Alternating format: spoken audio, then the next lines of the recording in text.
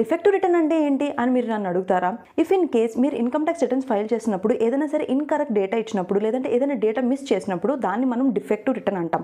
For example మీరు ITR 1 file చేశారు, but you are responsible to file ITR 4 or ITR 2 or ITR 3. మనకి based on our source of income different ITRs అనేది మనం file చేయాల్సి ఉంటుంది. If you are eligible to file ITR 4 కానీ మీరు ITR 1 file చేసినట్టయితే అప్పుడు మీకు వాడు డిఫెక్టివ్ రిటర్న్ కింద పంపించవచ్చు or either of the way. So మీరు రిటర్న్ ఫైల్ చేసేటప్పుడు మీరు కరెక్ట్ ITR ఫామ్ ఫిల్ చేశారా అనేది చూసుకోండి. So improper ITR form select చేసుకోవడం కానీ, మిస్సింగ్ డాక్యుమెంట్స్ కానీ, మిస్సింగ్ ఇన్ఫర్మేషన్ కానీ మీరు ఇచ్చినప్పుడు మీ ఇన్కమ్ ట్యాక్స్ రిటర్న్ అనేది డిఫెక్ట్ అవుతుంది. అండ్ ఆల్సో వాళ్ళు మీ సోర్స్ ఆఫ్ ఇన్కమ్ అనేది 26 ASతో కూడా మ్యాచ్ చేసుకుంటారు. సో మీరు ఇన్కమ్ ట్యాక్స్ రిటర్న్స్ ఫైల్ చేసే ముందు మీ ఫామ్ 26 ASని డౌన్లోడ్ చేసుకొని అందులో రిఫ్లెక్ట్ అవుతున్న ఇన్కమ్నే మీరు ఇన్కమ్ ట్యాక్స్ రిటర్న్లో డిస్క్లోజ్ చేశారో లేదో కూడా ఒకసారి కంపేర్ చేసుకోండి. So that you can avoid all the complications and also you can avoid defective return.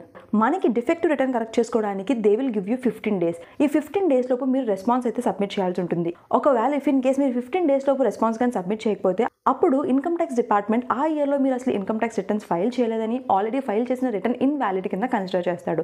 So అప్పుడు మీకు పెనాల్టీ అండ్ లేట్ ఫీజ్ అనేది అట్రాక్ట్ అయ్యే అవకాశం కూడా ఉంటుంది. ఆల్రెడీ రిటర్న్స్ ఫైల్ చేస్తే ఒకసారి మీ ITR ప్రాసెసింగ్ అయిందా లేదా చెక్ చేసుకోండి. అండ్ సెకండ్ థింగ్, ఇంకా ఫైల్ చేయకపోతే ఇటువంటి మిస్టేక్స్ ఏమీ చేయకుండా ఇన్కమ్ ట్యాక్స్ రిటర్న్స్ అనేది ఫైల్ చేయండి. Thank you for watching. And వెంటనే ఈ వీడియో మీ ఫ్రెండ్స్ అండ్ ఫ్యామిలీకి షేర్ చేయండి and ask them to follow me.